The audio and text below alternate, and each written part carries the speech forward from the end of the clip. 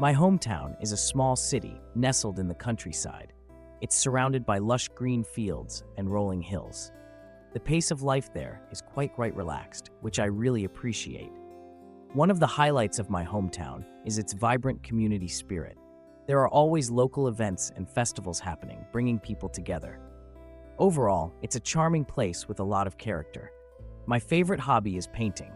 I find it incredibly therapeutic and enjoyable. Whenever I have free time, you can usually find me with a paintbrush in hand, lost in my own little world of colors and creativity. I love experimenting with different techniques and styles, and it's always rewarding to see my ideas come to life on the canvas. One of the most memorable trips I've taken was to Japan. It was an unforgettable experience, immersing myself in the rich culture and traditions of the country.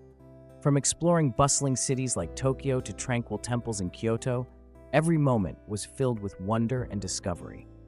The highlight of the trip was witnessing the breathtaking beauty of cherry blossoms in full bloom, a sight I'll never forget.